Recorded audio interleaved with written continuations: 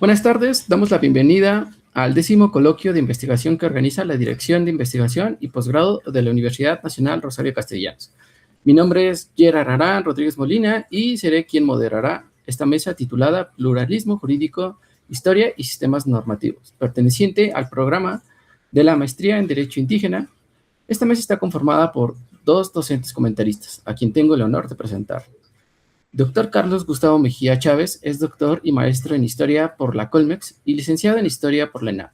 Actualmente se desempeña como profesor de asignatura de la Universidad Nacional Rosario Castellanos. Sus líneas de investigación son los imaginarios políticos, cultura y religiosidad, popular en la Nueva España, siglos XVI-XVIII, propaganda y censura en Nueva España, México, siglo XIX. La doctora Irene Sánchez Franco es doctora en Antropología Social, investigadora del fenómeno religioso y alimentación. Líneas de investigación, Antropología de la religión, identidad, conflicto religioso y alimentación. Además de las y los comentaristas, dentro de esta mesa se encuentran estudiantes que presentarán sus avances del trabajo terminal, que en un momento presentaré. La dinámica de trabajo es que cada estudiante tiene un máximo de 10 minutos para realizar la presentación de sus avances de investigación. Una vez que terminen, las y los comentaristas tendrán 10 minutos cada uno para realizar la retroalimentación que consideren pertinente. Les recuerdo que no hay réplica por parte de las personas estudiantes y que la retroalimentación la deben revisar, analizar y considerar con sus respectivos docentes directores de trabajo terminal. Iniciamos la mesa de trabajo con la presentación de Eric Jesús Contreras Villagómez. Presentará su trabajo titulado La consulta indígena en los proyectos eólicos en el Istmo de Tehuantepec. Caso Parque La Venta, 1994-2011. Adelante.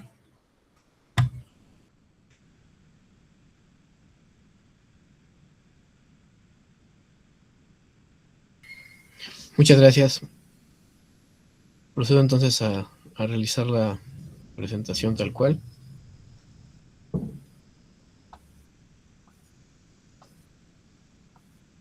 Porque de repente no me estaba presentando, pero ya.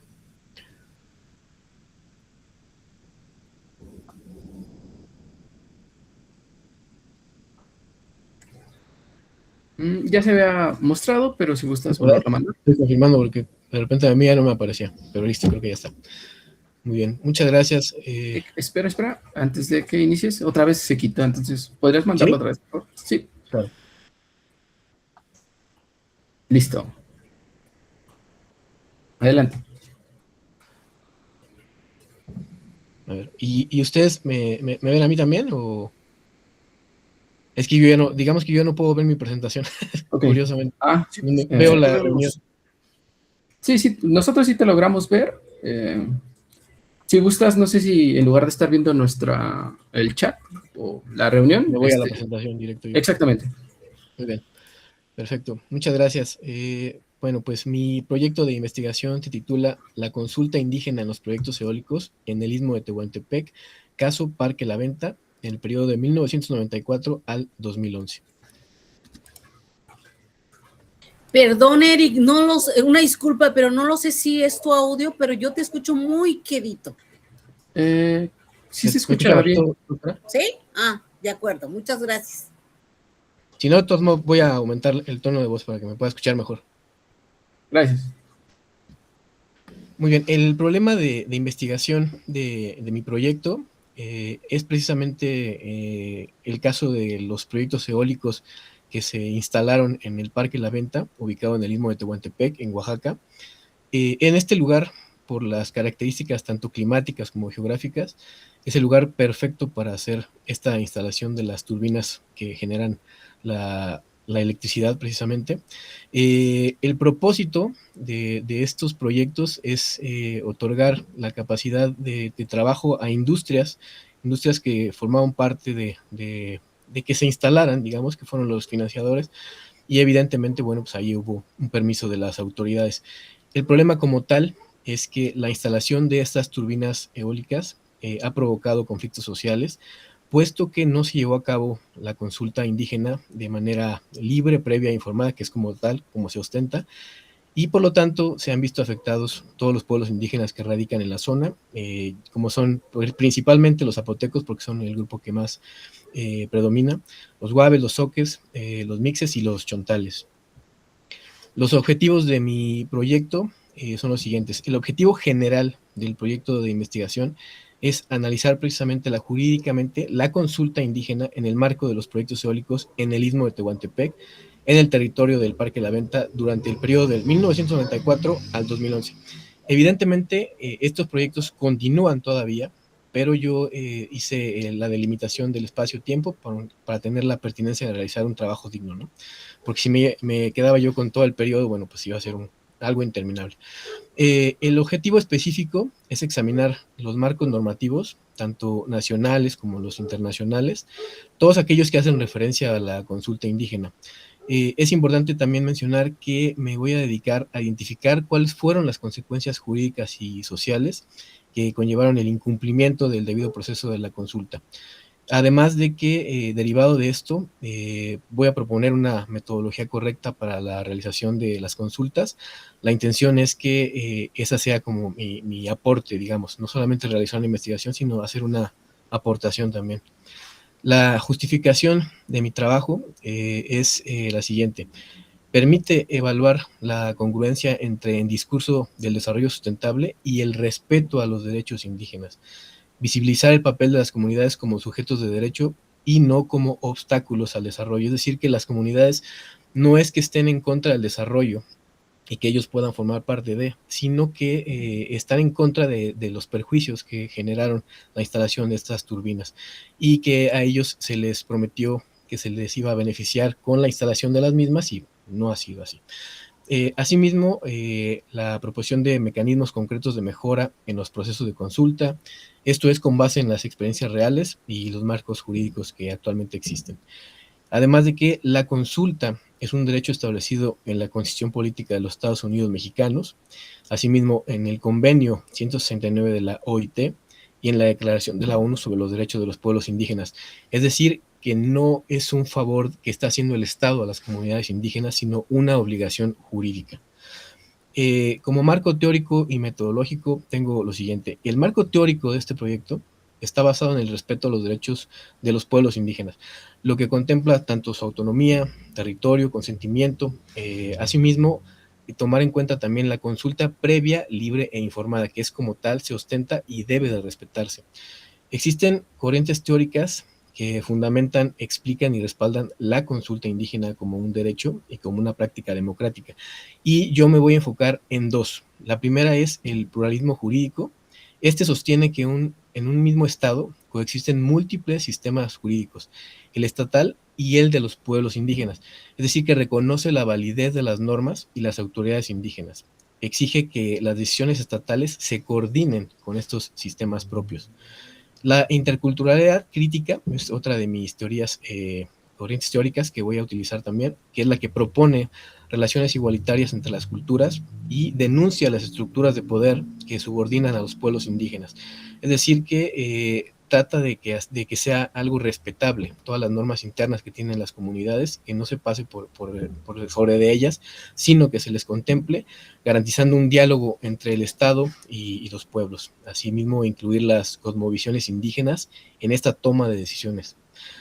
Con respecto al marco metodológico, llevaré a cabo el análisis documental, estudio de casos, los informes de las ONGs, la revisión de actas comunitarias y, en la medida de lo posible, realizaré entrevistas a los representantes de las comunidades. La hipótesis. Evidentemente, creo que está más que claro que mi postura ante esta imposición de los proyectos eólicos es que la consulta no se llevó a cabo de la manera correcta ni conforme a los estándares que están ya tal cual establecidos internacionalmente, y esto obviamente ha generado conflictos sociales porque vulneraron los derechos de las comunidades indígenas, generando conflictos también internos, ¿no? Es decir, dentro de las comunidades también se han generado conflictos porque hay parte de los ciudadanos que han visto beneficios y otros no. Entonces, esta discordia, bueno, también ha generado conflictos al interior de las comunidades. Entonces, contar con un modelo de consulta jurídicamente vinculante y eficiente va a tener un resultado positivo a la disminución de estos conflictos. Va a fortalecer la autonomía comunitaria y dotará de legitimidad a los proyectos futuros.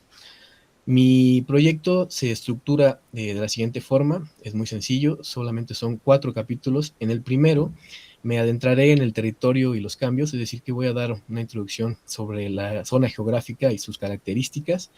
En el capítulo segundo hablaré ya de lleno de los proyectos eólicos, en particular de los casos del Parque La Venta. Evidentemente, el Istmo de Tehuantepec es una extensión muy, muy grande. Yo me enfoqué directamente en el Parque La Venta para hacer esta delimitación que comentaba al principio.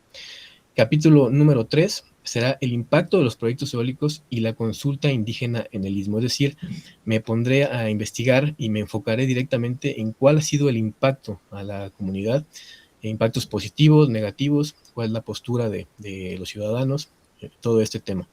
Y por último, el capítulo cuarto, que es donde propongo precisamente cómo debe de realizarse la consulta para que pueda tener legitimidad y realmente tenga en consideración la opinión de los ciudadanos de las comunidades indígenas. Y mi intención es que este documento, donde yo proponga paso por paso cuál debe ser una consulta indígena fidedigna, bien hecha, lo quiero compartir con la asamblea de la zona. Mi intención es que esta sea una pequeña aportación al enorme y valioso apoyo que ellos me brinden, otorgándome el acceso a su comunidad, brindándome las entrevistas, el acceso a documentación, en fin, todo lo que ustedes saben que se requiere para realizar una investigación. Entonces, quiero hacer este aporte, que no quede solamente en una investigación, sino dejarles a ellos un documento donde yo les hago constar tal cual que la consulta debe de llevarse de tal o cual manera, y con ciertas aportaciones que actualmente no están consideradas en la ley, pero que son como mi consideración para que ellos lo contemplen y, de ser posible, bueno, pues también lo implementen como tal. Muchísimas gracias por su atención. Agradecemos la presentación y comenzaremos con la ronda de retroalimentaciones. Adelante, doctor Carlos Gustavo Mejía Chávez.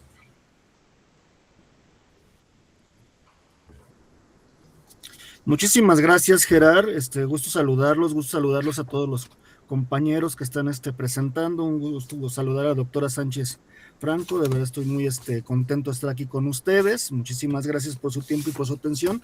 Y bueno, en este caso, pues felicitar a Eric, que ya tenía el gusto de haber conocido su proyecto anteriormente. Veo que ya está mucho más avanzado, mucho más concreto, y eso pues es de mucho regocijo, evidentemente, ¿no? Y bueno, como suele pasar, esto voy a ser muy, muy breve, no pretendo complicar mucho las cosas. Considero que este proyecto, como dije, ya tiene más sustento, presenta varias nuevas preguntas, ya está un poco más consolidado en cuanto a lo que ha pretendido el investigador hacer en el proyecto. Desde luego, pues hay algunos matices que sería prudente considerar, ¿no? Sobre todo en el desarrollo que ha planteado, en la ramificación que tiene, que va a presentar.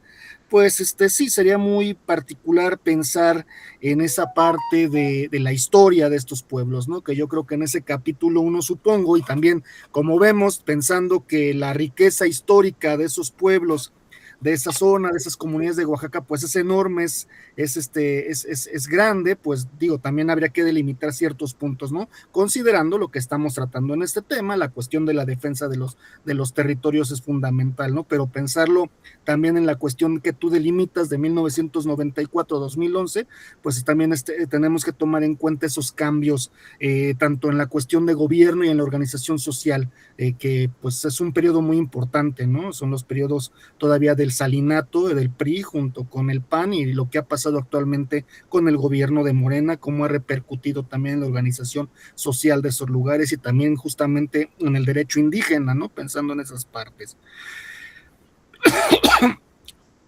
Al mismo tiempo, pensando en lo que comentabas, yo me preguntaba justamente tú, dentro de los problemas internos que ha generado estas intervenciones de progreso, que también sería cuestionable, sería importante preguntarse si ese proyecto, como tú dices, ¿no? Si ese desarrollo va a beneficiarlos necesariamente también a ellos, ¿no? Pensando que se trata de llevar luz a México, pues a veces donde se lleva la luz es a todos lados, menos en el lugar donde se está llevando a cabo el proyecto, ¿no? Sería importante que dentro de las entrevistas pues también encuentres ese detalle, ¿no? De que cuáles son los beneficios que va a traer a esta población este desarrollo, ¿no? ¿Cómo entienden estas poblaciones esa idea de desarrollo? Porque justamente sabemos que progreso, desarrollo, esas ideas vanguardistas que se tienen pensando en sociedades modernas, pues no son bienvenidas o no son del todo aplicadas en otras comunidades que para muchos pues serán rudimentarias, ¿no? Que evidentemente pues esto va para unas personas, pero para otras pues vemos qué te podemos otorgar y quién sabe, ¿no? Y yo creo que parte de ahí tu investigación en cierto modo. Sobre todo también pensé en las particularidades y actitudes del gobierno, los gobiernos tanto municipal, estatal y federal, pues también cómo perciben estos conflictos. Y ya solamente para concluir, Eric, pues en el capítulo 4, pues yo solamente te sugeriría que separaras lo que son las conclusiones y la bibliografía, ¿no? Yo supongo que tienen que ir separados aparte, no junto, para que precisamente en el capítulo 4 tengas oportunidad de desarrollar un poco más a fondo y en las conclusiones todavía separadas, pues también tener un espacio ahí muy sencillo. Mira, por mi parte es todo, para no quitarle el tiempo, para no quitarles el tiempo, y seguramente la doctora Sánchez Franco tendrá opiniones mucho más interesantes o valiosas que las mías. Adelante, muchísimas gracias. Gracias, doctor Carlos. Adelante, por favor, doctora Irene.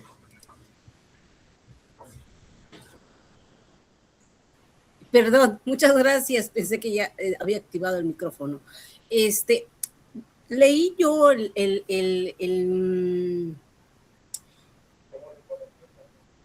el resumen que nos hicieron el favor de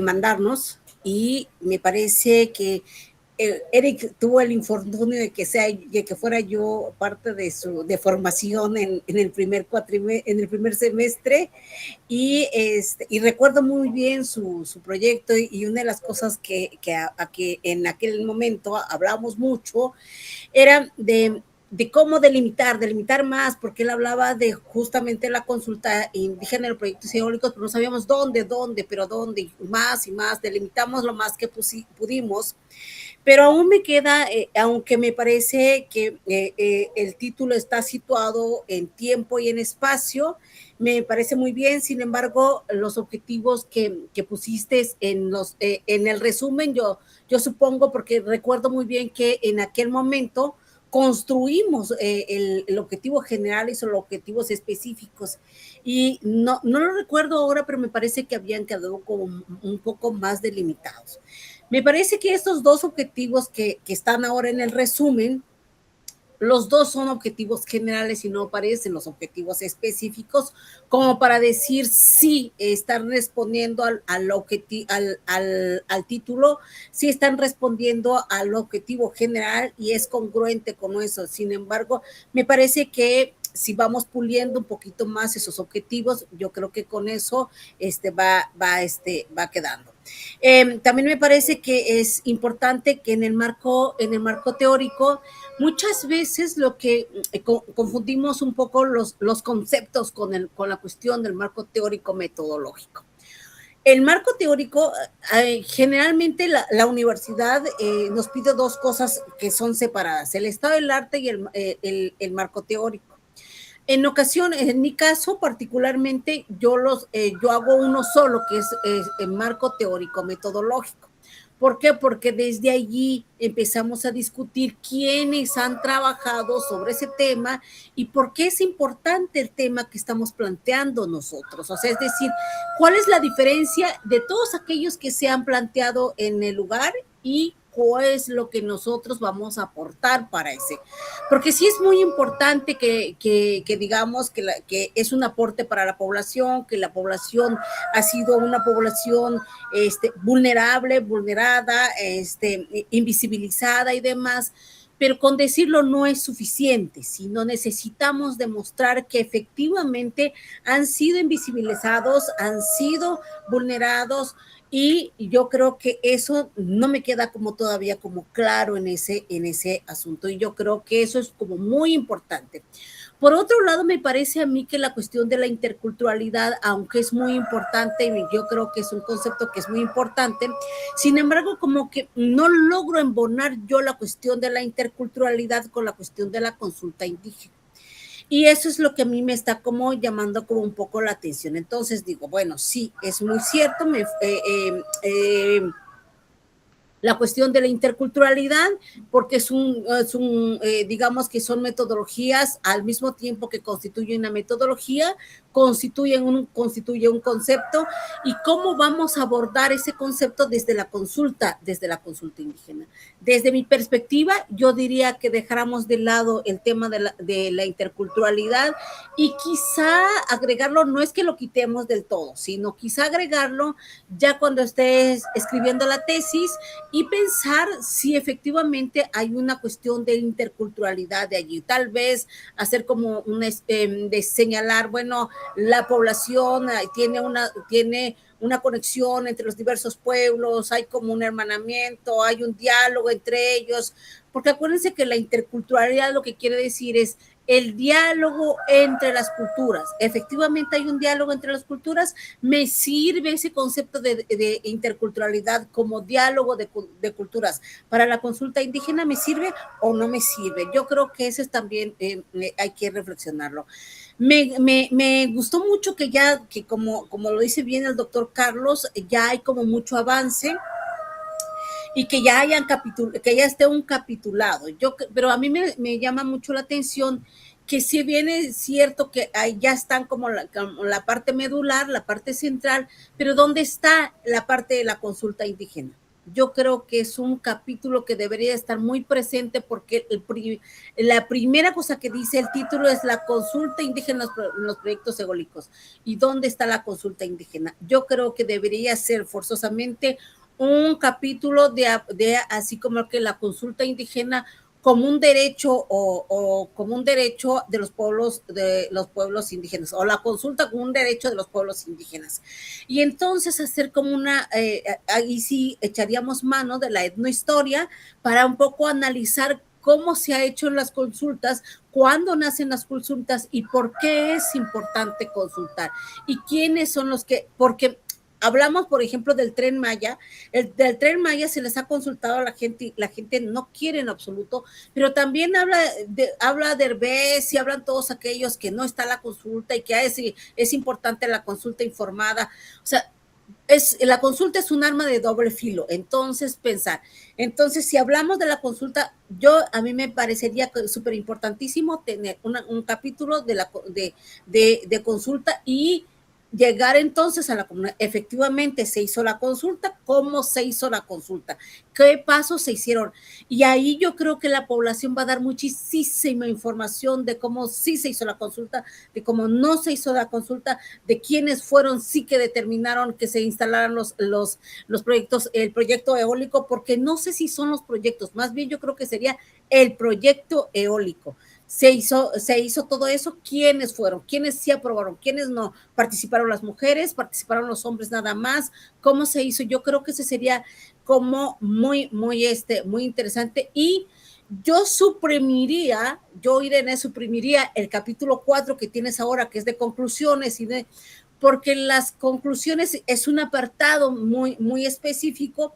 Y yo creo que en el cuerpo del capitulado puede quedar el análisis implícito y las conclusiones efectivamente ser conclusiones para que ya decir, a ver, sí, pero esto es a lo que yo llegué. Yo, Eric, como investigador de la consulta indígena de los proyectos eólicos, a esto llegué, y se dice con mucha contundencia.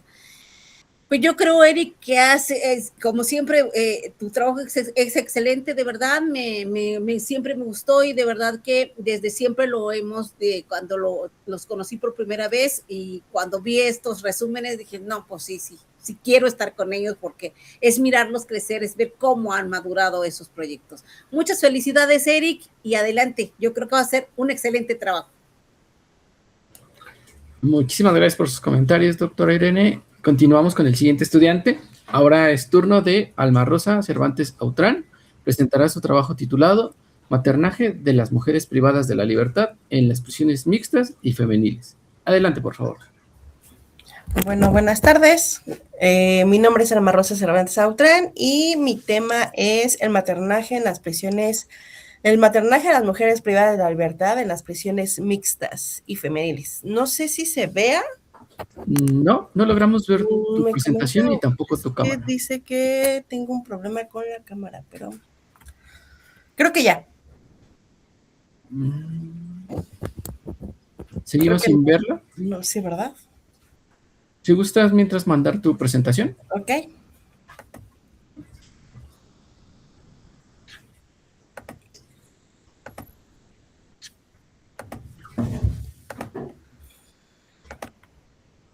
Listo. Ok, y a ver si gustas ahora sí intentar una vez más con tu cámara. Creo que no, ¿verdad? Me dice que no, que está bloqueada, pero no sé por qué. Ok, Bueno, ¿no crees tener solución? no, bueno, la dejo prendida y si funciona, adelante. Bueno, adelante, por Bueno, favor. mi tema es el maternaje de las mujeres privadas de la libertad en las prisiones mixtas y femeniles con un enfoque documental. El contexto del problema. Bueno, el problema del maternaje en la prisión implica ejercer la crianza bajo un régimen restrictivo. Las cárceles se construyeron para hombres. Esto dificulta la adaptación de las necesidades maternas. Las investigaciones suelen señalar problemas recurrentes como el hacinamiento y la falta de productos básicos o de atención médica especializada. El planteamiento del problema. Las prisiones fueron diseñadas originalmente para hombres, lo que significa que el espacio físico carece de las adaptaciones necesarias. En las prisiones mixtas, las mujeres representan una minoría, lo que puede resultar que hay una poca asignación de recursos, de áreas para el maternaje, y los menores crecen junto con sus madres en reclusión. Los antecedentes contextuales. En México solamente hay 22 centros femeniles y 94 mixtos, donde se habilitaron espacios para las reclusas. Los diagnósticos de la CNDH e investigadores sugieren que las cárceles mixtas representan dinámicas históricas de mayor vulnerabilidad estructural para el maternaje y limitando la existencia de espacios de servicios ginecológicos y pediátricos. Y en los femeniles han facilitado la incorporación de espacios para el maternaje. Los efectos del problema. Diversas investigaciones señalan que las internas trabajan para generar sus propios recursos. Estos ingresos los destinan para cubrir productos de primera necesidad. Los marcos normativos contemplan su estancia de los menores hasta los 3 años. La justificación. Algunos estudios analizan la maternidad en prisión desde 2 puntos diferentes. Por un lado, criar en reclusión podría funcionar como una manera de sobrellevar el encierro. Y por el otro lado, la crianza llega a usarse para conseguir ciertos recursos o beneficios. Los diagnósticos apuntan a que el verdadero desafío no es la falta de leyes, sino es la aplicación en el sistema penitenciario. Esto sigue viéndose como un reto pendiente. Los documentos señalan que la maternidad en prisión es un derecho reconocido, pero está vulnerado. Revelan que las mujeres enfrentan encierros en centros no adaptados para ellas. Los factores pueden ser la falta de espacios, la falta de atención médica, ginecológica, pediátrica y la escasez de insumos para ellas como para sus hijos. Los objetivos. Al analizar ahora sí que los análisis sobre las mujeres coinciden que maternar en condiciones precarias vulneran el desarrollo de los menores. Aunque la ley reconoce el derecho de los centros penitenciarios, estos carecen de infraestructura adecuada para ellas. Los documentos que vamos a explorar son los diagnósticos oficiales, como la CNDH, como lo de las organizaciones civiles, los marcos jurídicos, como la literatura especializada.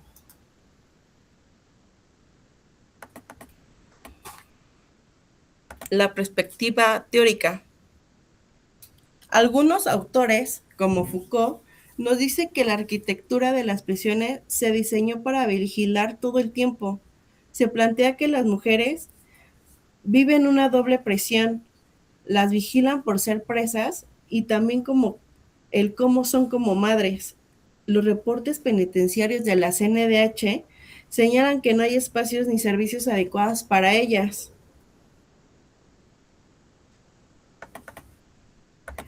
Y por último, la metodología. Esta investigación se estructura a partir de un diseño documental. Su análisis está enfocado en los marcos normativos, las biografías y la literatura y los diagnósticos oficiales, desde una mirada crítica, orientada a identificar posibles vulneraciones a los derechos humanos, evitando la revictimización, cumpliendo con un criterio de salvaguardar la privacidad de las mujeres y de los menores. Esa sería toda mi presentación y bueno, aún sigo trabajando en mi proyecto. Gracias, agradecemos la presentación y comenzaremos con la ronda de retroalimentaciones. Adelante, por favor, doctor Carlos.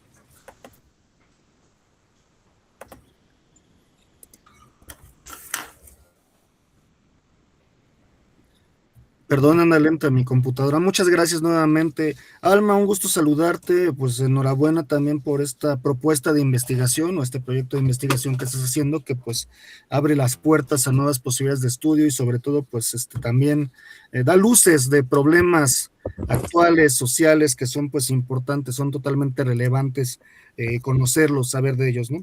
Bueno, en principio algunos, perdón, unos pequeños comentarios respecto a tu proyecto, a tu trabajo. No me queda del todo claro, en principio, ¿en qué espacio piensas trabajar? ¿A qué comunidad te piensas dirigir? Porque, bueno, justamente tú has mencionado la cantidad de prisiones mixtas y femeninas que existen en México. Sin embargo, no me queda claro si piensas trabajar en alguna en específico, si piensas ir tal vez a la prisión de Santa Marta, algún espacio en específico de la Ciudad de México o de alguna otra parte del país para realizar precisamente tu trabajo.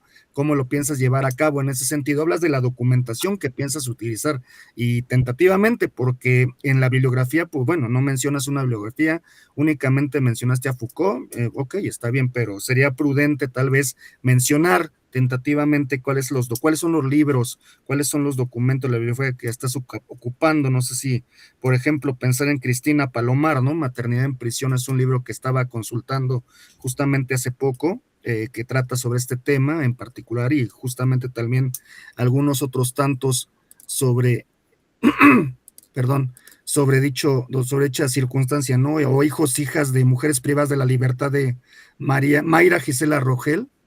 Yo creo que sería prudente tal vez consultar, seguramente lo has hecho, pero sí me interesa mucho saber justamente esa delimitación geográfica que vas a ocupar, en qué población de mujeres te vas a enfocar, preguntarnos cuáles son justamente las garantías que tienen estas mujeres, cómo las hacen valer, quién está velando por esos derechos, cómo se organizan estas mujeres que tú has identificado o que tú vas a entrevistar, que vas a consultar para realizar esta solicitud, bueno, esta petición de sus derechos, cuál es el papel que juegan justamente también dentro de estos centros sociales los directivos, los custodios, que supongo que también son mujeres y que en cierto modo pues forman parte al mismo tiempo del problema, ¿no? Porque sabemos que pues a veces en muchos casos no están ahí para apoyar a las mujeres, sino todo lo contrario, ¿no? Para apoyar a sus semejantes, sino todo lo contrario. Eso sería una cuestión que valdría la pena preguntarse en esta organización de proyecto, que bueno, me parece que lo está realizando, no sé qué tanto llevas verdaderamente en esta pequeña muestra que tú nos estás dando, no sería mucho de mi parte hablar de algo que tal vez estás todavía está mucho más grande, es un poco más amplio de lo que tú nos estás mostrando ahorita, pero sería prudente saber qué tanto está realizándolo, y también pensar justamente, ¿no? En esto que ocurre, ¿qué ocurre con esos niños? Porque tengo entendido que a los 3 años,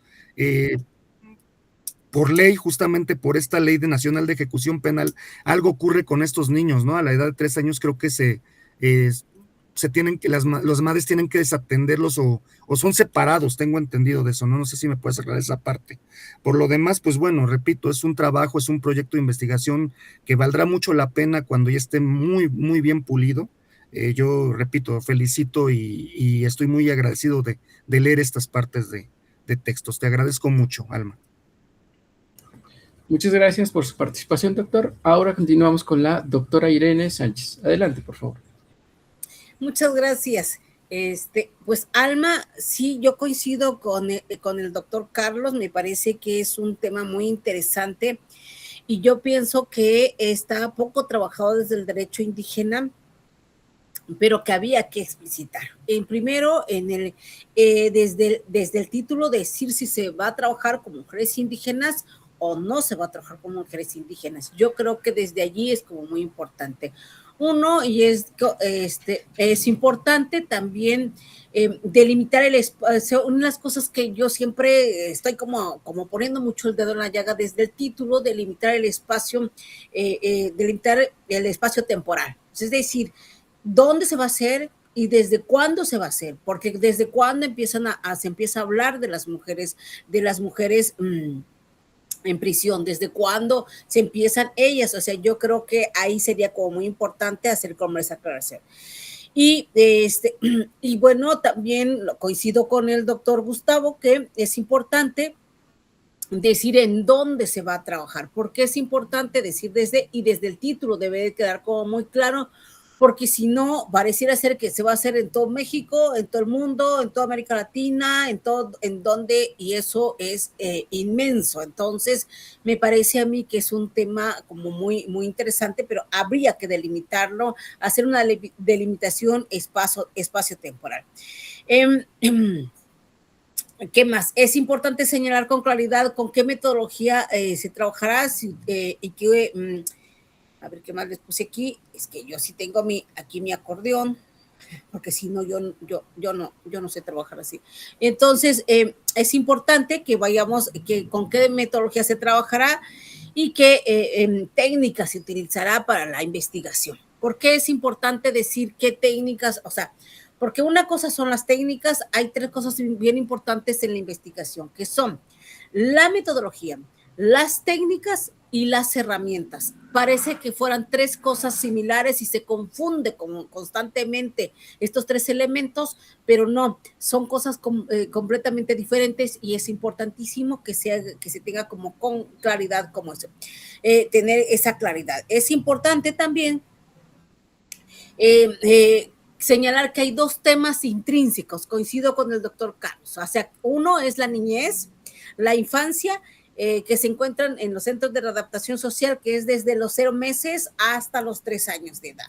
Y el propiamente dicho, que es la maternidad en los centros de readaptación social. ¿Cómo se va a hacer esto? O sea, hay como 2 cosas, 2 temas intrínsecos. ¿Cómo se puede separar uno de lo otro? ¿Cómo abordar uno solo o abordar los 2, pero también hacer como esta vinculación entre los 2 temas que me parecen súper importantísimos? Y yo creo que, porque si no logramos separar desde ahora estos 2 temas, entonces nos vamos a hacer bolas y luego al final terminamos hablando de los niños y una parte ni hablamos de las mujeres, que era el tema inicial, pero ni abordamos a los niños, que es el segundo tema secundario. Se dice en metodología ¿cuáles son los valores? O sea, ¿qué valores? ¿Cuáles son? ¿Qué vamos a utilizar? ¿Cuáles, aparte del maternaje, sería un valor importantísimo la cuestión de las infancias? Luego, segundo, me parece como muy importante y una de las metodologías que yo pensaría para este caso y particularmente sería desde la perspectiva del género. Por una cosa es la metodología, otra cosa es el enfoque, y yo creo que un enfoque de género sería como muy importante porque sobre todo es de mujeres. Y si no hay un enfoque de género, entonces se está hablando de mujeres desde una perspectiva que no vincula perfectamente la metodología con el género de las personas con las que estamos trabajando. Y yo creo que eso sí sería como muy importante. Y con eso yo creo que estaría finalizando mi participación porque me parece que yo no sé de qué, bueno, los objetivos, no, aquí tengo otra cosa, los objetivos hay que clarificarse mejor y jerarquizar cada uno de ellos, porque no se pueden presentar de maneras alternadas, sino hay que saberlos jerarquizar y trabajar cada uno de ellos. Yo creo que lo harás muy bien, Alma, que será un trabajo en conjunto con tu directora de tesis, pero es importante que lo vayas teniendo como muy claro.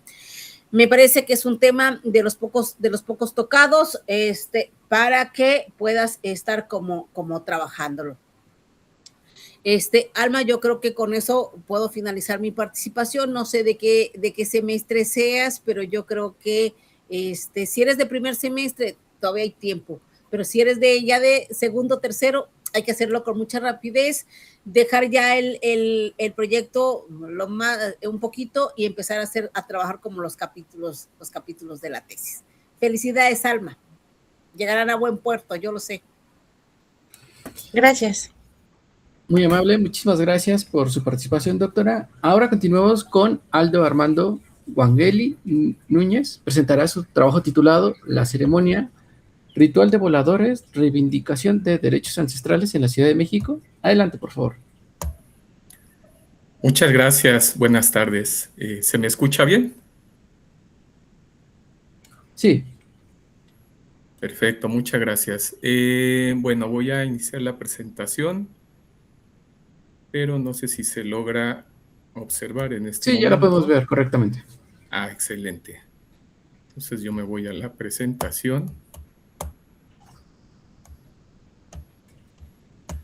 Bien, buenas tardes. Mi nombre es Aldo Armando Guañeli Núñez. Yo soy alumno del cuarto semestre de la maestría en Derecho Indígena y bueno, decir en principio que en las últimas dos UCAs que finalizan precisamente el programa de la maestría, una es sistematización de proyecto de grado y la otra es elaboración. Entonces, lo que voy a presentar es pues precisamente lo que me han aportado estas dos UCAs que han sido fundamentales, empezando inclusive por el título. Porque aquí hemos hecho una modificación. El título inicialmente es Reivindicación de Derechos Ancestrales en la Ciudad de México, pero le estamos dando el giro hacia la reivindicación étnica y cultural en la Ciudad de México. Esa sigue siendo nuestra focalización. Bien, el resumen es, en la presente tesis analizamos a la ceremonia ritual de voladores como una celebración intercultural con carácter reivindicativo y emancipatorio durante el periodo 2022-2026. Esta es nuestra temporalidad de estudio en Ciudad de México. La problemática se sitúa aquí en la ciudad, a través de la cual diversos pueblos, como son Maya Quiché de Guatemala, Nahuamacehual de la Sierra Norte de Puebla, Otomí Mazahua de Michoacán, Tenec de San Luis Potosí, Totonaca de Veracruz y Puebla, se han posicionado política y culturalmente como sujetos de derecho público frente al Estado mexicano, como parte de un proceso de resistencia que lleva 500 años. Entonces, inscribimos también este trabajo pues, en una larga lucha, en un proceso de larga duración, del cual pues ahora es una página más. Aquí voy a mostrar rápidamente algunas imágenes que sitúan el inicio de la problemática de investigación, que es cuando llegan ellos a volar en el Complejo Cultural Los Pinos en agosto de 2022 por un acuerdo con el gobierno federal. ¿Sí? Entonces vemos aquí la presencia de diferentes grupos étnicos que se están posicionando si bien como parte de una oferta cultural de este complejo cultural, pues en realidad nosotros lo abordamos más como como el estatus de pueblos, de sujetos de derecho público, ¿no? Nuestra pregunta de investigación es cómo ha contribuido la celebración de la ceremonia ritual de voladores a la reivindicación étnica y cultural en la Ciudad de México entre 2022 y 2026. Y planteamos la siguiente hipótesis: la celebración de la ceremonia ritual de voladores en el Complejo Cultural Los Pinos durante este periodo 2022 a 2026 contribuye a la reivindicación étnica y cultural de diversos pueblos al ser reconocida política y socialmente como un ritual ancestral de origen prehispánico que ha trascendido hasta nuestros días. Gracias a ello, los pueblos mesoamericanos practicantes de la ceremonia ritual de voladores vuelven a volar en el Valle de México, dando continuidad a un ritual milenario, por lo que, para garantizar su derecho al patrimonio cultural en tantos sujetos de derecho público, se considera necesaria la implementación de una política intercultural basada en los principios de autonomía, libre determinación y control cultural que incide en el ámbito de la justicia social y cultural. Aquí nuevamente algunas imágenes este es un evento muy importante, el más importante que ellos celebran es el Encuentro Nacional de Voladores, que precisamente tuvo lugar en 2023 en el Complejo Cultural Los Pinos. Nunca se había hecho fuera de las comunidades que practican la ceremonia ritual. Se ha hecho en San Luis, se ha hecho en comunidades de Puebla, en la Sierra Norte, se ha hecho en Papantla, por supuesto, pero por eso este posicionamiento se está trascendiendo, ¿no? Aquí nuevamente algunas imágenes de este encuentro, del 8º Encuentro Nacional de Voladores. El objetivo general es analizar la celebración de la ceremonia ritual de voladores como una manifestación etnohistórica, política, jurídica y cultural de carácter reivindicativo y emancipatorio en el contexto de reconocimiento constitucional de los pueblos indígenas como sujetos de derecho público en el ejercicio de sus derechos culturales. Y los objetivos específicos que a la vez nos han servido para estructurar los capítulos es: el primero, estudiar a la ceremonia ritual de voladores como un sistema ritual complejo. Segundo, conceptualizar el patrimonio cultural y sus problemáticas desde la explicación de los pueblos indígenas frente a la noción estatal patrimonialista. Reconocer el proceso etnohistórico de resistencia a la ceremonia ritual de voladores y su importancia dentro del territorio ancestral de la Ciudad de México. Identificar el acuerdo celebrado entre los pueblos practicantes de la ceremonia ritual de voladores y las autoridades gubernamentales, tanto federales como de la Ciudad de México, como un trato político. Y al final, pues, proponer la implementación de una política pública con perspectiva de interculturalidad que garantice el derecho al patrimonio cultural y su propiedad intelectual colectiva y fortalezca la salvaguardia de la ceremonia ritual de voladores. Cuando hablamos de ancestralidad y la importancia que consideramos para la Ciudad de México, es decir, contextualizando la problemática, si bien los pueblos practicantes pertenecen o están asentados en diferentes regiones y entidades federativas, en Ciudad de México pues está reconocido por datos arqueológicos y etnohistóricos que en la época prehispánica y virreinal hubo una presencia importante en la ceremonia.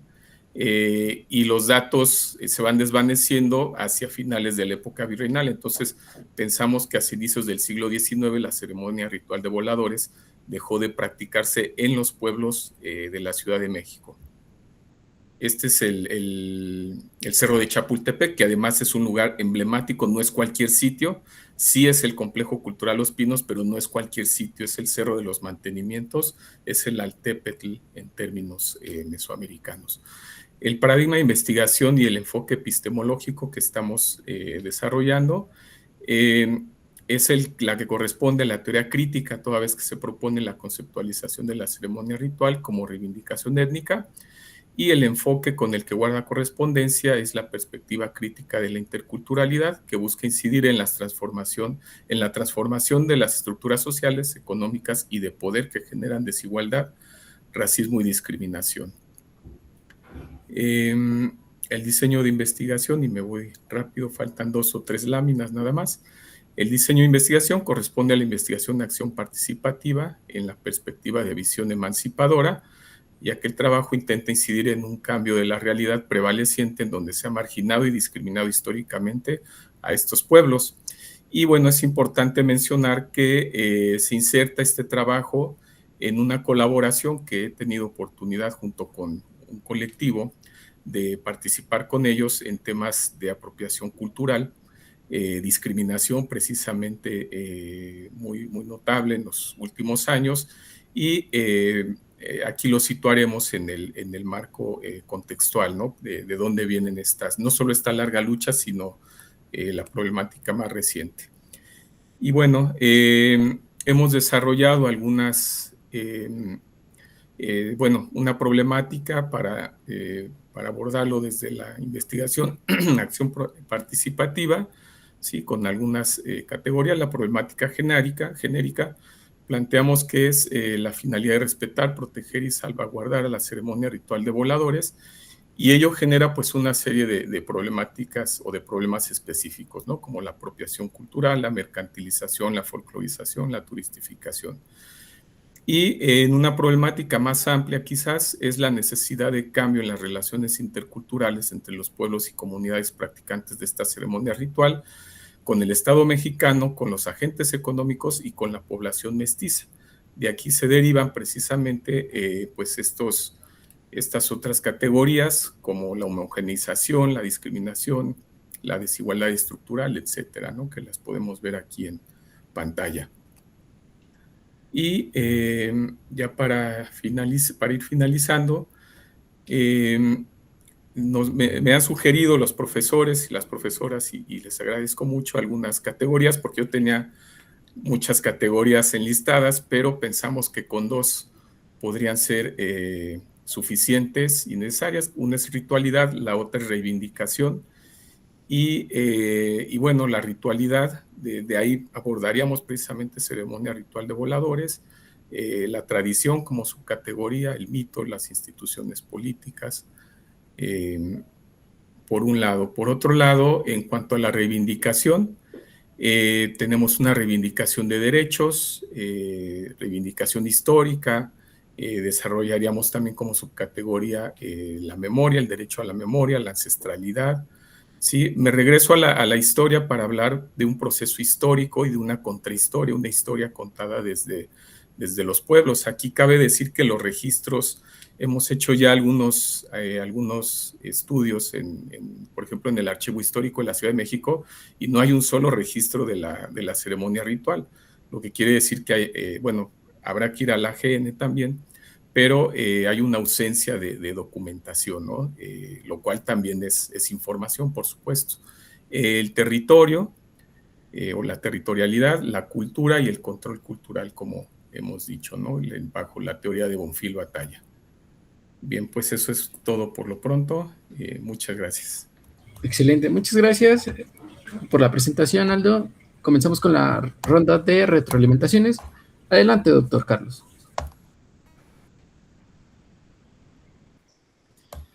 Gracias nuevamente, Gerard. Aldo, mucho gusto, muy buenas tardes. Pues buenas igual, tardes, doctor. Felicidades. También este es un tema fascinante del que, claro, se han hablado bastantes cosas, se han escrito muchísimas cosas fascinantes, que seguramente habrás consultado algunas, ahorita que mencionabas precisamente la cuestión documental, que bueno, ese es un problemita que a veces se puede zanjar de otras maneras, pero en cuanto a bibliografía, pues sí ha habido bastantes textos, ¿no? Que seguramente tú has leído un clásico que es el de Guy Stripper's Pen, que es La danza del volador. Es correcto.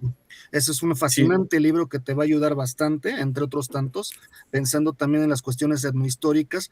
Pero fíjate, hablando de documentación rápidamente, ¿no? Una de las cosas que de repente uno dice, bueno, no he encontrado tal vez en una fuente documental como tal, pero bueno, ya que estamos hablando de un tema que ha sido, pues es, como bien mencionas, muy imaginado en cierto modo, pues bueno, también hay pinturas. Hay pinturas de época novohispana, hay bastantes pinturas, sobre todo regionales, ahí luego tal vez pasaré el dato, pero en las que se ve precisamente tal vez temas vinculados al asunto de la danza, ¿no? Eso es fascinante, y entre otras cosas, incluso a veces en notas periódicas del siglo XIX, también uno se podría encontrar algunas fascinantes noticias al respecto, pero ya no hablemos de esa época, no hablemos también incluso de lo que es el siglo XX, XXI. Y a propósito, te voy a decir, a propósito ya para llegar al punto, me hubiera gustado mucho, muy personalmente, es una pequeña crítica, recomendación, me hubiera gustado mucho que muy buena parte de lo que acabas de mencionar en tu presentación la hubieras expuesto en el trabajo que nos mandaron, porque sí, yo ya me estaba espantando, dije, caray, aquí hay un vacío metodológico, histórico, bibliográfico, pero bueno, lo que tú has dicho claramente es fascinante y ya me da un poco más de pauta para entender que tu trabajo va para muy buen puerto, ¿no? Particularmente pensando justamente en esas ideas de los imaginarios respecto a esta danza del volador, ¿no? Ya no hablemos tampoco nada más de los imaginarios, incluso de esas cuestiones que tú llamas, bueno, que forman parte de la apropiación cultural de esta danza. ¿Cuáles son las funciones de esta danza actualmente? Porque, bueno, justamente tú mencionas ese espacio en San Miguel Chapultepec, aquí en la Ciudad de México, pero justamente en otra sección de Chapultepec, que es la que está en el Museo Nacional de Antropología, yo creo que es otro espacio con otra función que es más bien la del entretenimiento, ¿no? Ahí está justamente también el palo del volador, que los domingos en particular pues se lleva a cabo la danza, pero tal vez con la función es justamente la del entretenimiento.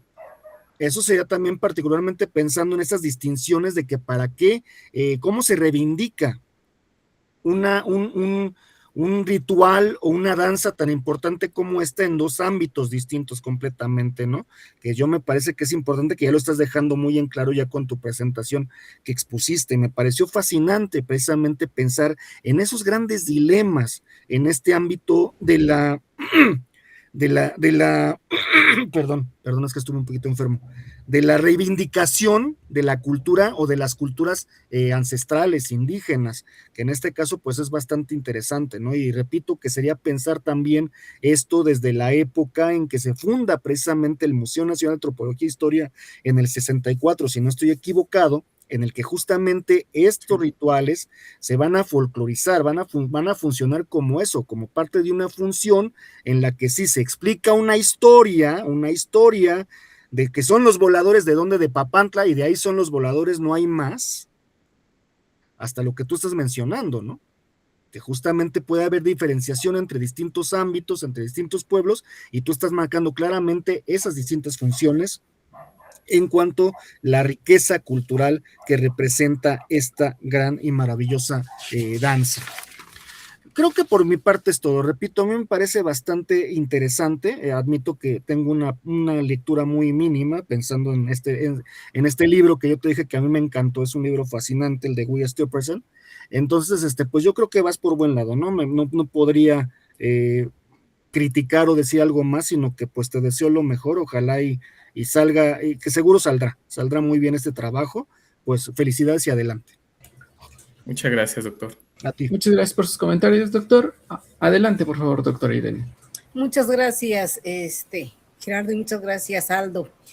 Y digo Aldo porque también yo cuando leí el resumen, yo intentaba acordarme cómo quedó aquel proyecto, y ya como ya son muchas generaciones, los voy ya eliminando. Pero sí, siempre recuerdo que, a ver, ¿pero dónde? ¿Pero por qué? ¿Pero por qué la Ciudad de México? Pues porque a mí me dicen voladores y a mí me remite inmediatamente a los voladores de Papantla, o sea, no hay de otra, o sea, podrán haber voladores en todo el mundo, pero esos son de Papantla, aunque uno no quiera, porque los de Papantla pues son los que están allí y los de Papantla se reivindican mucho. A mí me parece muy interesante, me sigue gustando mucho este tema, Aldo, y de cuando en aquellas sesiones síncronas que todavía eran muy largas, en ese entonces de hace 2 años eran sesiones todavía muy largas y podíamos trabajar como mucho más de cerca con los estudiantes, ahora son mucho más cortas y ya no se puede tanto, pero intento seguir haciendo el mismo trabajo. El título me parece que es muy claro ya, como estaba inicialmente, yo recuerdo que faltaban como la claridad, y me parece a mí que ahora el título es muy claro, y eso es, yo creo que siempre en un proyecto de investigación, cuando ya queda como muy claro el título, cuando ya en nuestra cabeza decimos exactamente es lo que yo quiero trabajar y lo que yo quiero hacer, Lo otro, lo que sigue, fluye, porque ya hay como esa claridad. ¿Y quién me da como todos los elementos para hacer el planteamiento del problema, para hacer la problematización, para hacer la justificación, para hacer el marco teórico metodológico, para hacer, pues eso? Me lo da el título justamente. ¿Desde dónde voy a sacar? A mí me gusta mucho y desgraciadamente el resumen que nos mandaron es demasiado resumen, está muy sintético, que no alcanzamos a identificar como otros elementos importantes que ya ustedes han avanzado. Sin embargo, a mí me queda como que me parece que la metodología y usar la IA como una metodología me parece muy interesante. Pero la investigación-acción participativa implica no solamente que yo vea, sino que yo vea desde el ruedo, que como nosotros que llegamos a hacer investigación y a ver, pregunto, veo, sino que implica utilizar la IA como una metodología que me permite acercarme a las personas con las que voy a trabajar. En ese sentido, a mí me parece que ¿por qué usar la IA en esta investigación? Si es porque realmente vas a hacer una investigación-acción participativa, ¿cuándo se puede usar una investigación-acción participativa? Se puede usar justamente cuando las personas son parte del lugar o son parte del evento, o cuando yo pienso que voy a tener como un acercamiento de mucho más tiempo con las personas. Porque ¿qué implica? No solamente que yo llegue, investigue y diga, sino que por eso se llama investigación-acción participativa. Porque llego, participo, estoy, veo, o sea, ayudo y además propongo y resuelvo como algunas cosas. En ese sentido, yo pensaría que la investigación-acción participativa no sería necesariamente como la que encaja con este de acuerdo al título. ¿Por qué? Porque estoy hablando de ceremonial ritual. ¿Y cómo? Voy a participar yo, me voy a poner todo, ¿qué voy a hacer? Voy a gestionar los derechos. Y yo creo que hay una cosa que me parece como muy interesante, muy importante que se debe tener, es que justamente la metodología tendría que ser acerca de la ceremonia ritual, o sea, es decir, cómo voy a analizar yo esa ceremonia ritual y cómo voy a analizar qué enfoque metodológico me permite analizar a mí la ceremonia ritual como una reivindicación de derechos ancestrales. Entonces, primero, pensar en eso, o sea, y yo creo que es lo que me va a dar como el elemento importante que me va a llevar a mí a analizar no solamente la ceremonia ritual, sino los derechos que son importantes. Y tal vez el título tendría que como que pasar un poco, ceremonia ritual, reivindicación, ceremonia ritual de voladores, tal vez tendría que llegar, o sea, como el título tiene que también, por eso es descriptivo, el título tiene que ser descriptivo. En la ceremonia, yo creo que ahí cambiar un poco el título y decir la ceremonia ritual y los derechos, la ceremonia de los ritual de voladores y los derechos ancestrales o la ceremonia ritual y los derechos ancestrales de los voladores de Papantla, una reivindicación étnica, porque reivindicación de qué. Todavía me queda como un poco corto y yo creo que así, entonces ya, ¿qué tengo que hacer en el marco teórico? Pues evidentemente analizar primero la ceremonia, qué se ha dicho de las ceremonias, cómo se ha trabajado la cuestión de la ceremonia.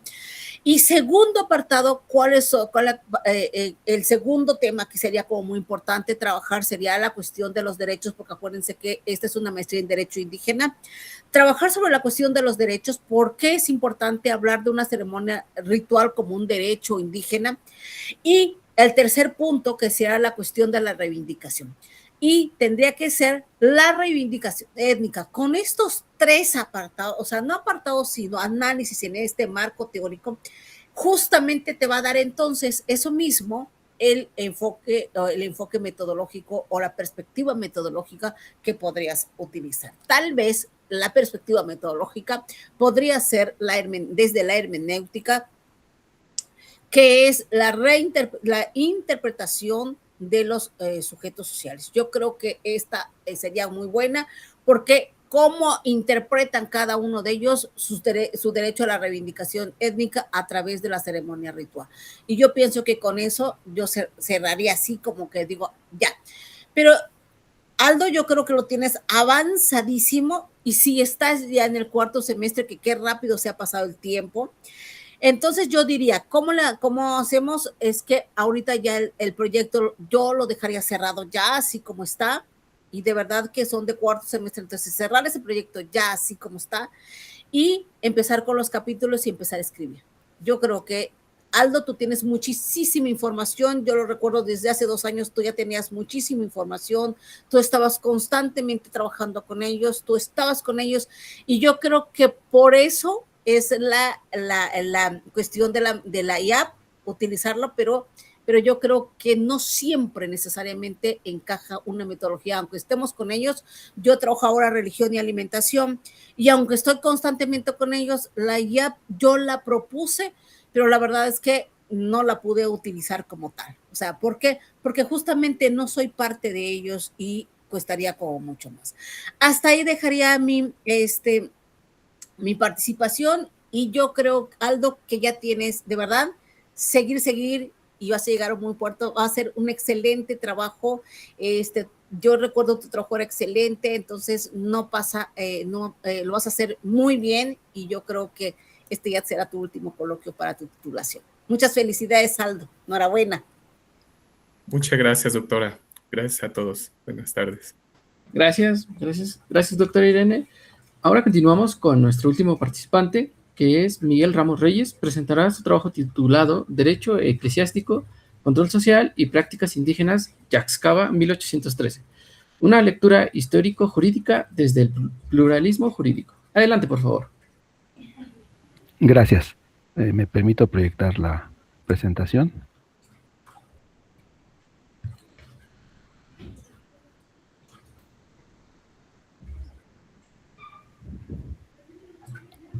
Ok. Muy buenas tardes a todos. Agradezco la oportunidad de presentar este proyecto de investigación titulado Derecho Eclesiástico, Control Social y Prácticas Indígenas en Yaxcaba, 1813, una lectura histórico-jurídica desde el pluralismo jurídico. Este trabajo forma parte de la maestría en Derecho Indígena y surge del interés por comprender cómo interactuaron el derecho eclesiástico y las prácticas normativas indígenas dentro de una comunidad maya durante los últimos años del periodo colonial. La investigación toma como fuente principal el informe del cura de Yaxcaba de 1813, un documento que ofrece una oportunidad para analizar la relación entre el poder, el derecho y la sociedad desde una perspectiva histórico-jurídica. En los próximos minutos explicaré el problema de investigación, los fundamentos teóricos que orientan el estudio, la metodología que estoy proponiendo y las aportaciones que se espera tener.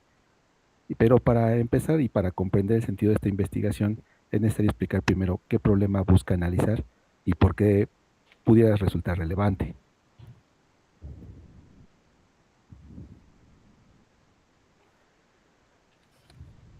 El propósito central de esta investigación es analizar cómo el derecho eclesiástico operó como un mecanismo de control dentro de la comunidad de Yaxcaba y cómo interactuó con las prácticas jurídicas indígenas presentes en ese contexto. Tradicionalmente, los estudios sobre derecho colonial han privilegiado el análisis de las normas emitidas por la corona o por las instituciones eclesiásticas. Sin embargo, se conoce menos acerca de la forma en que esas normas se aplicaban, negociaban o coexistían con las prácticas normativas de las comunidades indígenas. En este sentido, el caso de Yaxcaba ofrece una oportunidad para observar esa interacción desde una perspectiva histórico-jurídica y explicar cómo distintos órdenes normativos coexistieron en un mismo espacio social. La investigación busca aportar una interpretación que fortalezca el diálogo entre la historia del derecho, el derecho indígena y el pluralismo jurídico. Para comprender por qué esta interacción resulta relevante, conviene situarnos brevemente en el contexto histórico en el que se desarrolla el estudio. Para comprender el problema de investigación es necesario situarnos brevemente en el contexto histórico. Mi estudio se ubica en Yaxcabá, una comunidad maya del actual estado de Yucatán, durante el año 1813, un periodo caracterizado por importantes transformaciones políticas derivadas de la Constitución de Cádiz de 1812 y por las tensiones propias del final del periodo colonial. En este contexto, la Iglesia no desempeñaba únicamente funciones religiosas, también intervenía en la regulación de la vida comunitaria mediante mecanismos de vigilancia, disciplina y orientación moral, lo que convertía al derecho eclesiástico en un elemento con incidencia jurídica y social. El informe del cura de Yaxcabá, elaborado en 1813, constituye una fuente privilegiada porque permite observar cómo se describían las conductas de la población indígena, cuáles eran consideradas problemáticas y qué tipo de respuestas institucionales se proponían. Por ello, más que estudiar un documento aislado, la investigación analiza un momento histórico en el que convergen transformaciones políticas, instituciones coloniales y prácticas normativas indígenas. Ahora que hemos visto un poco el contexto histórico, es posible identificar el problema jurídico que orienta a esta investigación. El problema central de esta investigación surge al advertir que, aunque existen estudios sobre derecho colonial y sobre las comunidades indígenas, son menos frecuentes aquellos que analizan la interacción concreta entre el derecho eclesiástico y las prácticas normativas indígenas desde la perspectiva del pluralismo jurídico. En el caso de Yaxcabá, el informe permite observar cómo la autoridad eclesiástica calificaba determinadas conductas y proponía mecanismos de corrección y ejercía una función de regulación social. Sin embargo, estas prácticas convivían con formas propias de organización y regulación desarrolladas por la propia comunidad indígena. La investigación pretende también comprender esa coexistencia, las tensiones que generó y la manera en que ambos sistemas normativos interactuaban dentro de un mismo espacio social. Ahorita lo que podemos hacer es que una vez que se ha identificado el problema, vamos a formular una pregunta que orienta la investigación. Esta pregunta central que planteo es cómo operó el derecho eclesiástico como mecanismo de control social y cómo interactuó con las prácticas jurídicas indígenas en Yaxcabá durante 1813.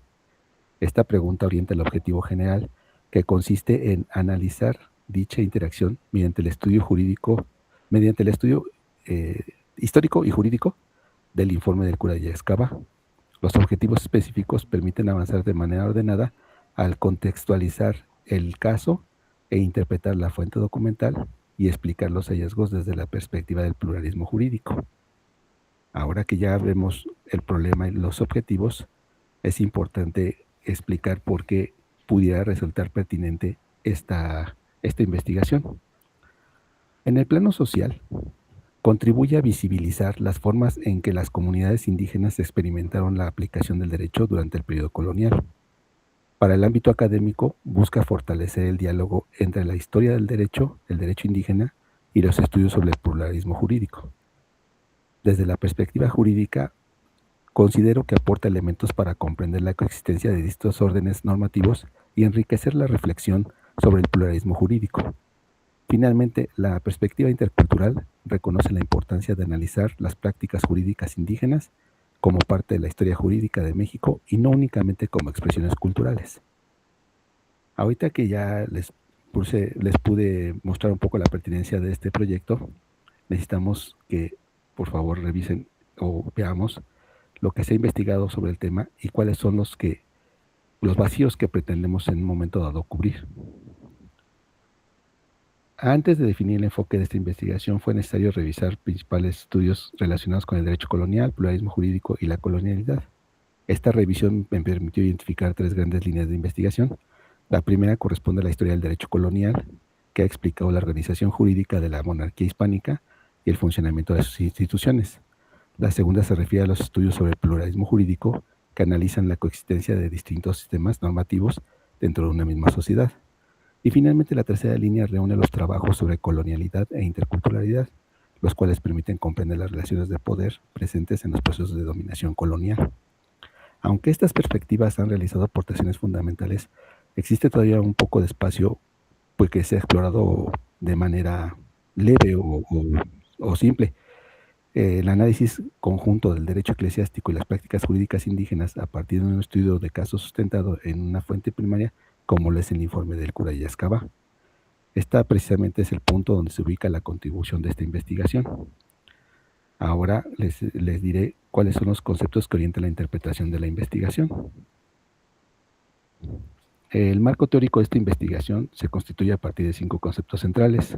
El primero es el pluralismo jurídico, entendiendo como la coexistencia de diversos órdenes normativos dentro de una misma sociedad.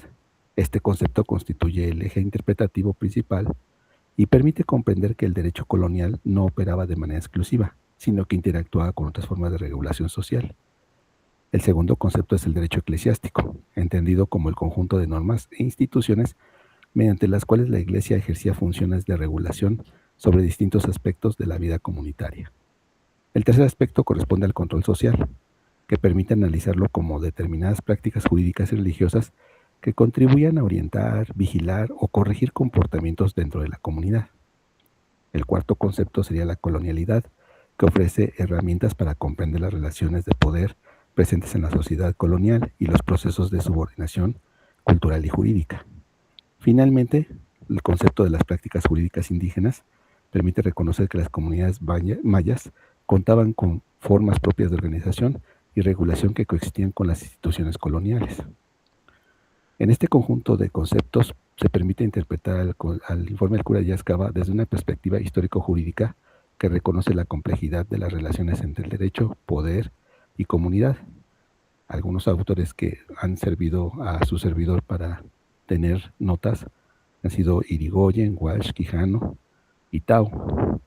Ahora que les comenté el marco conceptual, necesito comentarles cómo se desarrollará metodológicamente la investigación.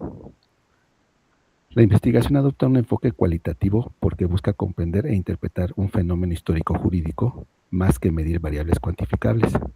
Metodológicamente se desarrolla mediante un enfoque histórico-jurídico que permite analizar las instituciones, los discursos y las prácticas normativas presentes en el contexto colonial. La principal técnica de investigación será el análisis documental, tomando como fuente primaria el informe del cura de Yascaba y complementándolo con bibliografía especializada y otras fuentes históricas pertinentes. Posteriormente, la información será organizada mediante categorías analíticas derivadas del marco teórico, tales como pluralismo jurídico, control social, derecho eclesiástico y prácticas jurídicas indígenas. Finalmente, la interpretación se realizará mediante un proceso de triangulación entre las fuentes documentales, el marco teórico y el contexto histórico, con el propósito de garantizar la consistencia del análisis. Ahora les diré cuáles son las categorías que guiarán la interpretación sistemática de la información obtenida. Estas categorías derivan del problema de investigación y del marco teórico. La primera categoría sería el control social, que corresponde a identificar las estrategias mediante las cuales la autoridad eclesiástica regulaba la conducta de la población.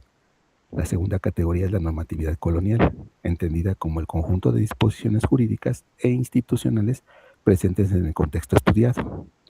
La tercera corresponde a las prácticas indígenas que permitían reconocer las formas propias de organización y de regulación comunitaria.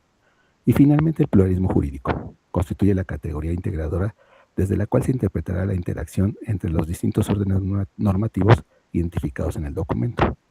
Estas categorías permitirán realizar un análisis temático y coherente con los objetivos de la investigación. ¿Cuáles son las aportaciones que espero brindar con esta investigación? Bueno, pues en primer lugar, ofrecer una nueva interpretación histórica jurídica del informe del cura de Yascaba mediante la integración de la historia del derecho, el derecho eclesiástico y el pluralismo jurídico. En segundo lugar, contribuir al fortalecimiento del campo del derecho indígena al reconocer la coexistencia de diferentes órdenes normativos durante el periodo colonial. Y finalmente, proponer una estrategia metodológica que pueda servir como referente para futuras investigaciones sobre documentos similares. Hasta el momento, pues esta es la estructura general del proyecto y ahora me gustaría mostrar brevemente el estado actual de la investigación. Estimado, disculpa, ya terminó el tiempo, sin embargo, vamos a dar unos minutos más para que concluyas, ¿de acuerdo? Sí, de hecho, faltan 2 nada más, sería rapidísimo. Muy amable, gracias. Gracias. Los avances es, hasta el momento ya se tiene desarrollado el protocolo, marco teórico, el estado del arte, la metodología y el cronograma. Y agradecería su gentil retroalimentación para la delimitación conceptual, consistencia metodológica y el fortalecimiento argumentativo. Por último, el punto de partida de esta investigación es un contexto histórico específico que permite identificar el problema jurídico. A partir de ese problema se formula una pregunta de investigación. Posteriormente, el marco teórico proporciona las categorías de análisis que orientan la metodología y va a haber una relación lógica con todos los demás componentes. Para concluir, considero que el informe del cura de Yaxcabá es una imagen que permite una perspectiva histórico-jurídica para comprender con mayor profundidad la relación entre el derecho, poder, prácticas indígenas durante el periodo colonial. Más allá del análisis de un documento específico, la investigación busca contribuir a la comprensión y coexistencia de distintos órdenes normativos al fortalecimiento del derecho indígena en un campo de estudio. Agradezco su atención y sobre todo las observaciones que puedan formular, porque estoy convencido de que estas enriquecerán el desarrollo de esta investigación. Muchas gracias por su atención. Excelente. Agradecemos la presentación y comenzaremos con la ronda de retroalimentaciones. Adelante, por favor, doctor Carlos. Muchas gracias, Gerard. Muy buenas tardes, Miguel, un gusto saludarte. Pues igual lo mismo que en tu compañera, compañeros, pues la más cordial de mis felicitaciones por ese trabajo que igual pues ya tiene mayor presentación, evidentemente pensando que lo que mencionamos hace tiempo, ¿no? Nos mandan un pequeño resumen, claro, en el que de repente uno podría caer en la trampa o tal vez no, de pensar que pues esto es el trabajo en concreto, ¿no? Y no se pueden exponer claro, tratándose de un resumen, pues los puntos ya más desarrollados, como tú y otros compañeros lo han hecho, en este punto, pues es fascinante, ¿no? Yo qué te puedo decir sobre fabuloso,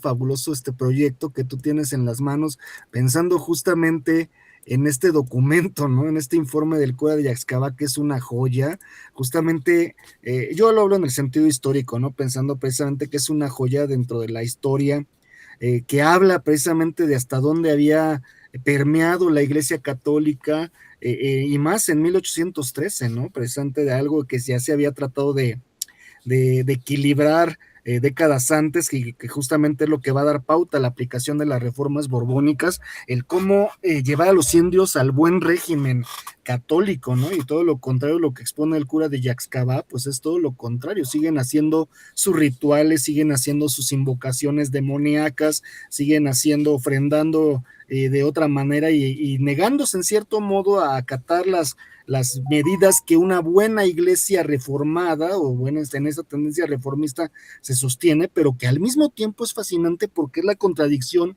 de lo que Laura Machuca, que también te recomendaría leerla, que es una experta también en el ámbito yucateco, en cuanto al orden colonial, es esa contradicción de que del tema en el ámbito geográfico y temporal, pues Yucatán permanece en cierto modo aislado de lo que será en ese momento lo que es la guerra de independencia, ¿no? Y todos los embrollos que trae esa guerra hasta 1821 y tal vez un poquito más una vez con la consumación, que se va a mantener este control colonial y aparentemente es gracias a justamente a esas negociaciones que hay entre estos pueblos indígenas junto con las autoridades pues coloniales, ¿no? Que también hay un dilema respecto a ese concepto de colonialidad o de colonial, lo ha marcado mucho Guadalupe Jiménez Codinach, pero bueno, pensando en lo que tú has mencionado en tu lista de conceptos, pues bueno, no vendría el caso, pero yo lo pongo de esa forma.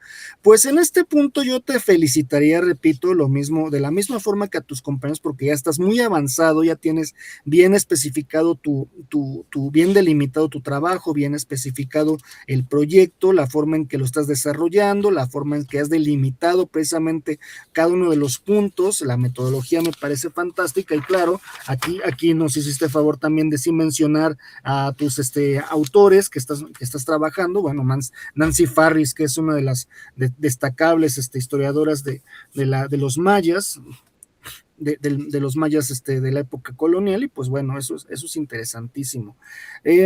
La cuestión jurídica es un aspecto también, la cuestión jurídica en el marco de lo indígena es un aspecto que a mí me ha parecido un tanto cuestionable, bueno, en el sentido de cómo tú lo estás abordando, no tanto en la forma en que lo estás entendiendo tú, sino precisamente cómo en esa época, cómo se entendía esta normativa indígena, que va a cambiar precisamente ya en un lapso radical, todavía entre comillas, ya en la época precisamente de Juárez, cuando ya se van a aplicar precisamente ya unas leyes de reforma, o ya un corte total entre la iglesia y el Estado.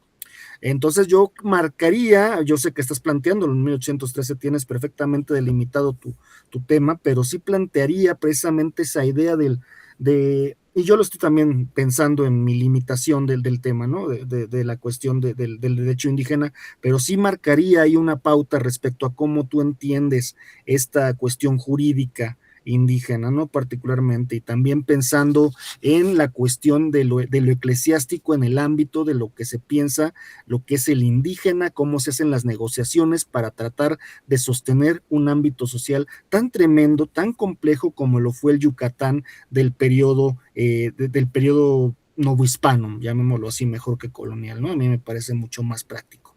Bueno, no teniendo más que decir para no confundir también, porque repito, yo a veces puedo estar delimitado por mis propios dilemas y por mis propias motivaciones históricas, que yo soy un humilde historiador, francamente, comprendo algunas cosas, otras no tanto, pero yo personalmente yo te felicito, suena muy bien y me recordaste justamente esa lectura que hace muchos años hicimos, ese texto maravilloso que fue sensacional, estarlo comparando quizás con los tratados de hechicerías y sortilegios de Fray Andrés de Olmos del siglo XVI, dices tremendo, ¿no? No hubo un corte, ¿no? Pareciera que no pasó absolutamente nada en varios ámbitos, o también pensar en cuáles son los intereses, motivaciones que está teniendo el sacerdote, porque habría que pensar también eso, qué tanto hay detrás de verdadero de lo que escribe este sacerdote, pero bueno, esas son cuestiones que tal vez no necesariamente tú tienes que tocar, estoy hablando de más, me recordaste muchas cosas, muchísimas gracias todo y felicidades.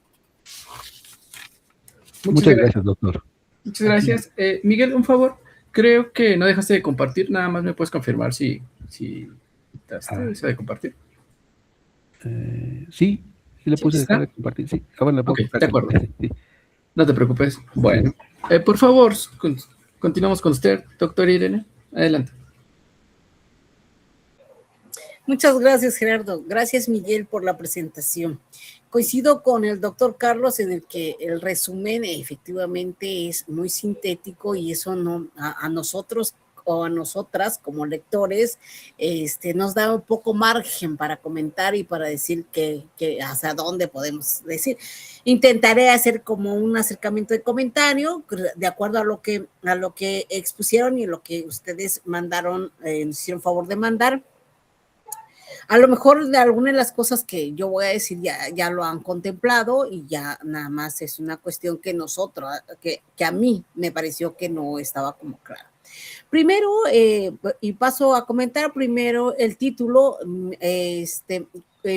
Yaxcabá, primero allí, Yaxcabá, aunque me suena muy maya, es necesario decir que es de Yucatán, o sea, la ubicación espaciotemporal súper importantísimo. Si no, Yaxcabá puede estar en Argentina, puede estar en cualquier parte del mundo, pero no, o sea, a mí como lectora me tiene que quedar clarísimo. Y dice 1813, ¿será un año nada más? O sea, si es un año, pues está perfecto. O sea, pero en un año, como con el trabajo de archivo, y bien que yo he hecho, me gusta mucho el trabajo de la etnohistoria, y he trabajado la AGN, he trabajado varios tipos de archivos y me parece que es como muy importante y este es un texto evidentemente que yo como antropóloga y que como investigadora desde la perspectiva desde la etnohistoria, me parece que es fascinante, sin embargo, hay que como aprender cómo ubicarlo, desde dónde, o sea, solamente un año, si es un año, pues está perfecto, pero me parece a mí que los datos se acaban como muy rápido. Me parece que este texto es más bien un dato histórico que más que un análisis histórico actual, lo cual no es que esté mal, sino hay que ubicarlo en ese contexto. Si aclaramos ese título, si lo dejamos como mucho más clarito, entonces todo lo demás viene por antonomasia. Lo segundo es que en uno de los apartados viene que este trabajo se va y lo voy a decir textualmente así como aparece, dice: la investigación se inserta en los campos del derecho indígena, la historia jurídica, la antropología jurídica y los estudios sobre el pluralismo jurídico, con el objetivo de apartar elementos para una mejor comprensión de los antecedentes históricos de los debates contemporáneos sobre la interculturalidad, reconocimiento de sistemas normativos y acceso a la justicia en México. A mí me parece súper importantísimo que se sienten como las bases, es decir, este trabajo sería como sentar las bases desde dónde viene la cuestión del pluralismo jurídico y el derecho, sobre todo el derecho de los pueblos indígenas a su autonomía y de su reivindicación. Sin embargo, habría que decidir desde qué enfoque, si es desde el derecho indígena, si es desde la historia jurídica, si es desde la antropología jurídica, porque aunque parezcan iguales, es completamente diferente. Y los estudios sobre el pluralismo jurídico. A mí me parecería que con uno sería más que suficiente y con eso empezar a trabajar el marco teórico metodológico. ¿Por qué? Porque eso es justamente lo que me va a decir, porque si no es un marco teórico metodológico que nunca terminaríamos, porque son 4 ejes bonitos, importantes, pero que no me dejan, margen de acción. Y por otro lado, la cuestión de la decolonialidad y los autores más recientes como Aníbal Quijano y demás autores que están hablando sobre la decolonialidad, y hay muchos otros que están hablando sobre el derecho indígena, entre ellas Magdalena Gómez y una serie de investigadores que han hasta hablado sobre el derecho indígena. Entonces, ¿cómo poder engarzar la cuestión histórica con la cuestión actual?